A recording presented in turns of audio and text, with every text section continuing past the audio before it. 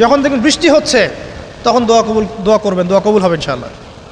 দোয়া করার আগে একবার বলবেন আলহামদুলিল্লাহ, কমপক্ষে একবার বলবেন আলহামদুলিল্লাহি রাব্বিল আলামিন, একবার কমপক্ষে। মানে প্রথমে আল্লাহর প্রশংসা করবেন, তারপর একবার দরুদ পড়বেন আল্লাহুম্মা সাল্লি আলা মুহাম্মাদ ওয়া সাল্লিম, তারপর হাত তুলে দোয়া শুরু করবেন। বৃষ্টি পড়ছে, দোয়া শুরু করে দেন, দোয়া কবুল হবে ইনশাআল্লাহ। আজান দিয়েছে, আজান এবং একামতের মাঝখানের সময়টা আছে, এই সময়টা কাজে লাগান, দোয়া কবুল হবে ইনশাআল্লাহ। নামাজে দাঁড়িয়েছেন, সেজদায় গিয়েছেন, সেজদায় দোয়া করেন, দোয়া কবুল হবে ইনশাআল্লাহ। প্রশ্ন করে অনেকে যে ভাই সেজদায় কি বাংলায় দোয়া করা যাবে? হ্যাঁ যাবে, যদি আপনার নামাজটা নফল নামাজ হয়। কোন নামাজ হয়? ফরজ নামাজে করবেন না, নফল নামাজে করতে পারেন ইনশাআল্লাহ। সেজদায় বান্দা আল্লাহর সবচেয়ে কাছাকাছি থাকে, এই সময়ে বেশি বেশি দোয়া করতে রাসূল সাল্লাল্লাহু আলাইহি ওয়াসাল্লাম তাগিদ দিয়েছেন।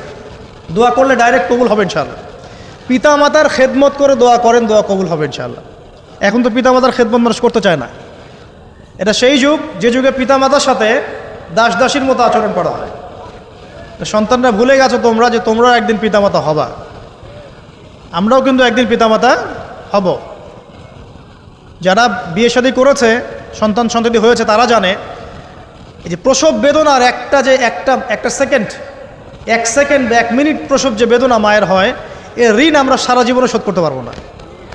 পারবেন? এই কারণেই মায়ের পায়ের নিচ জান্নাতের কথা বলা আছে। মাদের সম্মান আল্লাহর কাছে অনেক বেশি, মেয়েদের সম্মান অনেক বেশি। এই নারীবাদী ফ্যামিলিস্টরা যা বুঝিয়েছে, ইসলাম এমন নয়। তো ইসলাম এমন নয়, ইসলামে মেয়ের মর্যাদা সবচেয়ে উপরে। সেই মেয়েদেরকে আমরা এখন কি করেছি? কাপড় চোপড় সব কমিয়ে কমিয়ে বেপর্দা করে রাস্তায় নামিয়ে দিয়েছে। যদি একটা মানুষ নিজের সম্মান না বোঝে, তাকে সম্মান কেউ দিতে পারে? নিজেকে চিনতে শিখুন। আমাদের সম্মান আল্লাহর কাছে অনেক বেশি। এটা বলছিলাম প্রিয় ভাইয়েরা, মায়ের পায়ের নিচে আল্লাহ পাক সন্তানের বেহেশতের কথা বলেছে। মা বোনদেরকে 4টা কাজ করতে বলো, অনলি 4টা কাজ। 5 ওয়াক্ত নামাজ যদি ঠিকমতো পড়তে পারে, 1 নাম্বার। 2, রমজান মাসে রোজা রাখে। 3 নাম্বার, পর্দা ঠিকঠাক মতো করে। আর 4 নাম্বার, স্বামীর আনুগত্য করে। ইনশাআল্লাহ জান্নাতের যে কোনো দরজা দিয়ে ইচ্ছা প্রবেশ করতে পারবে ইনশাআল্লাহ। এখানে স্বামীর আনুগত্যের কথা বলেছি, স্বামীর দাসত্বের কথা বলি না। আনুগত্য দাসত্ব এক জিনিস না। আনুগত্য মানে কি? আনুগত্য মানে আপনি স্বামীর যে কোনো ভালো কাজে আপনি তাকে সায় দিবেন, আনুগত্য।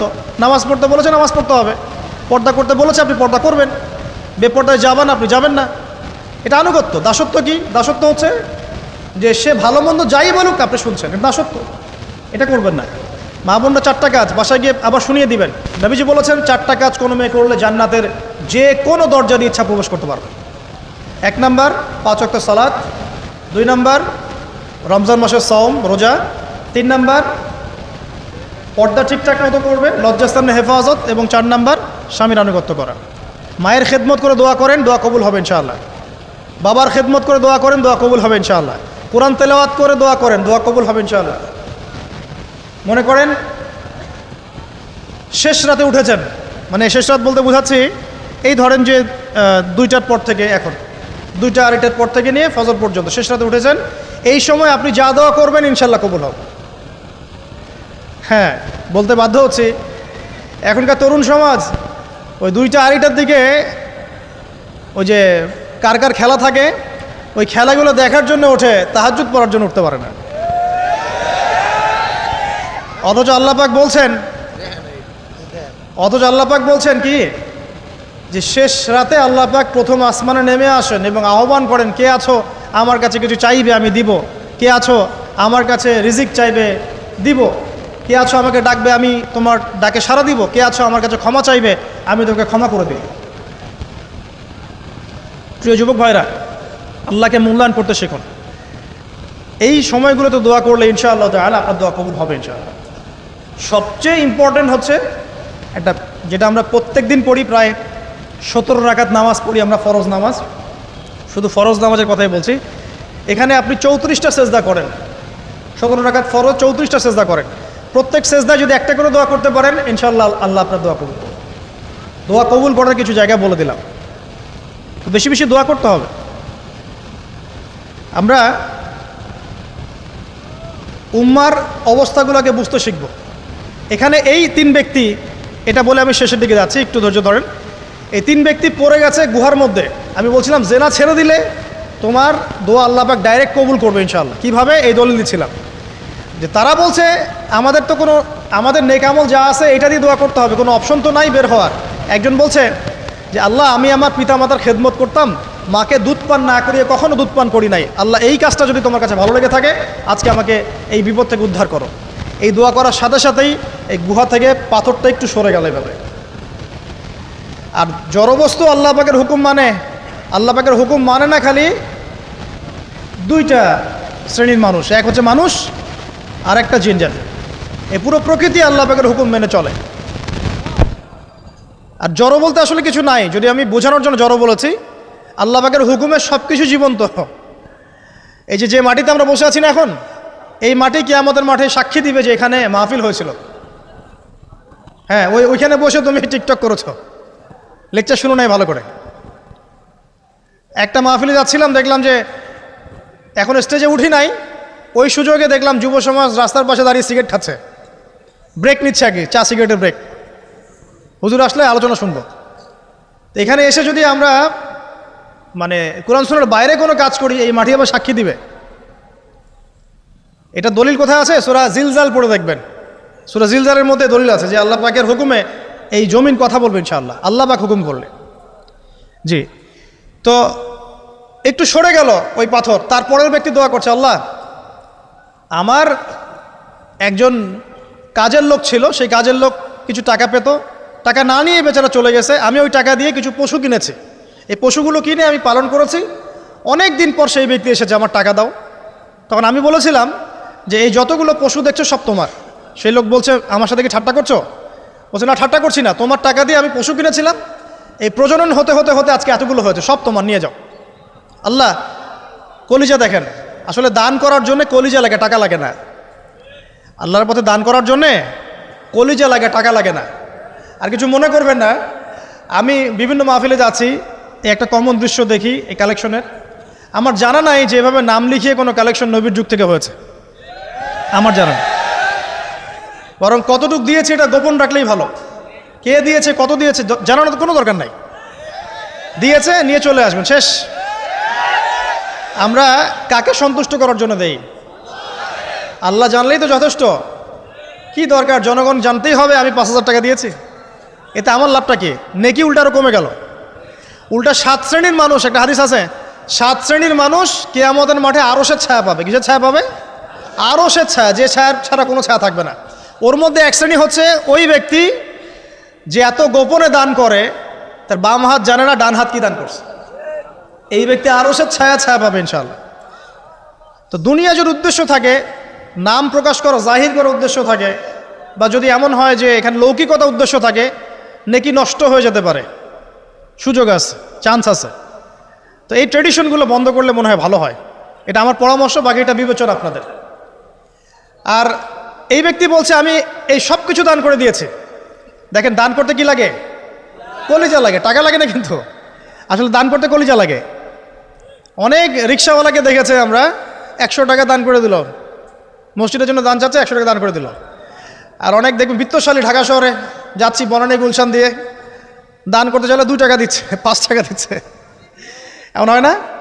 দান করতে কলিজা লাগে। আর একটা কথা মনে রাখবেন, আপনি যত দান করবেন আল্লাহ আপনাকে তত বেশি দিবেন ইনশাআল্লাহ। ইনশাআল্লাহ আল্লাহ পাকের খাজানা যে এত প্রচুর, আপনি দান করলে কমে যাবে এই চিন্তাই করবেন না কখনো। তবে সবচেয়ে সেরা দান কোনটা জানেন? আপনার প্রয়োজন আছে এখন, এই প্রয়োজনের সময় দানটা হচ্ছে সেরা দান। এবং সবচেয়ে উত্তম খরচ কোনটা? সবচেয়ে উত্তম খরচ হচ্ছে আপনার পরিবারের পিছনে খরচ। আপনার পরিবারের পিছনে খরচটা আপনার সবচেয়ে শ্রেষ্ঠ খরচ। আর দান করে মধ্যম পন্থায়, এমন হবে না যে নিঃস্ব হয়ে গেলেন দান করে একদম, আবার এমন না যে কৃপণতা প্রদর্শন হচ্ছে, এমনও না। মধ্যম পন্থায় দান খয়রাত করবে ইনশাআল্লাহ। আর কিয়ামতের মাঠে মানুষ তার দানের ছায়ায় থাকবে ইনশাআল্লাহ। যে যত দান করবে ওই ছায়ার নিচে সে থাকবে। এই ব্যক্তি সব দান করে দিয়েছিল, যাও সব গরু ছাগল তোমার। তৃতীয় ব্যক্তি, পাথর সরে গেল একটু, তৃতীয় ব্যক্তি, যুবক তোমাকে বলছি ভাই, তৃতীয় ব্যক্তি আল্লাহর কাছে বলছে, আল্লাহ আমার একজন সুন্দরী চাচাতো বোন ছিল, আছে না তোমাদের কাজিন, এবং তাকে আমি খুব ভালোবাসতাম। ওই যে এখন বয়ফ্রেন্ড গার্লফ্রেন্ড ফ্রি মিক্সিং, যেটা খুব ভালোবাসতাম। তো তাকে আমি পেতে চাইতাম, তাই আমি তাকে অফার করি সে বলে যে না, আমাকে 100 স্বর্ণমুদ্রা না দিলে আমি রাজি না। 100 স্বর্ণমুদ্রা। এই মেয়ের অবশ্য অনেক ডিমান্ড ছিল, তাহলে বোঝা গেল 100 স্বর্ণমুদ্রা মানে অনেক। জানেন, এখন তো দেখা যায় 1500 টাকা 2000 টাকা দিয়ে মেয়ে তার ইজ্জত বিক্রি করে ফেলছে। 100 স্বর্ণমুদ্রা, আর কাউকে কিছু দেওয়াই লাগে না, এমনি বিক্রি করে ফেলে। কত প্রশ্ন, কত যে প্রশ্ন আসে আমাদের কাছে যে ভাই বা হুজুর বা ভাইয়া ওস্তাদ, কত জীবনে এক পর্যায়ে ভুল করেছি, এরকম জেনায় লিপ্ত হয়ে গিয়েছিলাম, প্রেম করেছি ইত্যাদি, আমি কী করবো, আমার কি ভালো হওয়ার রাস্তা আছে কিনা, বা আমি তওবা করে ফিরে আসছি, আমি কি এখন বিয়ে করতে পারবো কিনা। প্রশ্নের শেষ নাই। বেশিরভাগ প্রশ্ন এরকমই আসে এখন। আরেকটা বেশি বেশি প্রশ্ন আসে, ভাই উস্তাজ হুজুর, আমার স্বামী পরকীয়া আসক্ত, আমাকে দেখে না, এই হয় সে, এইগুলো প্রশ্ন বেশি। পারিবারিক জেনা কেন্দ্রিক যত প্রশ্ন আসে, অন্য কোনো কেন্দ্রিক প্রশ্ন এত আসা, মানে এই যুগটা কি হয়েছে, মানে মানুষকে জেনা উন্মুক্ত করে দিয়েছে একেবারে। একদম স্কুল লাইফ থেকে শুরু হবে বয়ফ্রেন্ড গার্লফ্রেন্ড ফ্রি মিক্সিং, এই বন্ধু পড়তে পড়তেই জেনা হয়ে যায়। কলেজ লাইফে গিয়ে আরও বড় জেনা। ইউনিভার্সিটিতে গেলে তো আর কোনো পাত্তাই নাই। ইউনিভার্সিটির খুব কম ছেলে পাবেন সিগারেট খায় না, এবং খুব কম ছেলে মেয়ে পাবেন যারা এই অবৈধ প্রেম করছে না, খুব কম। এটাকে আমরা প্রমোট করছি আবার। বিশ্বাস করেন শুধুমাত্র সরাসরি সেক্সুয়াল সম্পর্কটাই জেনা নয়, এই মিক্সিংটাও জেনা আল্লাহ পাক বলেছে। এবং এতে করে আমাদের যুব সমাজে অধঃপতনটা হয়েছে, এটা অন্য কোনোভাবে হয় নাই। কারণ সূরা আলে ইমরান পড়ে দেখবেন আল্লাহ পাক বলছেন যুয়িনা লিন-নাস হুব্বুশ শাহওয়াতি মিনান নিসা, মেয়েদের মধ্যে ছেলেদের জন্য সবচেয়ে বেশি শাহওয়াত আছে, শাহওয়াত খাহেসাত, এটা সবচেয়ে বেশি আকর্ষণ করে ছেলেদেরকে। সমাজের কাঠামো ভেঙে যাচ্ছে তো, সমাজের কাঠামো ভেঙে। আমরা তো বাইরে ভালো মানুষের লেবাস পরে আছি, দেখবেন বহু পরিবারে পরকীয়া চলছে, জানেন না, ভিতরে ভিতরে। আমরা তো লজ্জা এগুলো বলি না, চোখ লজ্জায় বলি না, চলছে এগুলো এখন কমন হয়ে গেছে। যে ফ্যাশন শোর নামে, বিউটি কন্টেস্টের নামে, এই সেই, মানে অশ্লীলতাকে প্রমোট করা হচ্ছে চতুর্দিক থেকে। রেপ ধর্ষণ দিন দিন বাড়ছে আর বাড়ছে। বাচ্চা কাচ্চা, ছোট ছোট বাচ্চা মেয়ে পর্যন্ত রেহাই পাচ্ছে না। এই কয়দিন আগে একটা মেয়েকে কত পিস পিস করে ভাসিয়ে দিয়েছে একেবারে, দেখেন নাই? কোথায় আছেন? সমাজটা কোথায় গেছে? আমরা ভালো মানুষের মুখোশ পরে বসে আছি। একটা মাহফিল করে কি সব হবে? কনস্ট্রাকটিভ কাজ করতে হবে। তারুণ্যের এই শক্তিটাকে আল্লাহর জমিনে দিনের প্রচার প্রসার প্রতিষ্ঠার কাজে ব্যয় করতে হবে।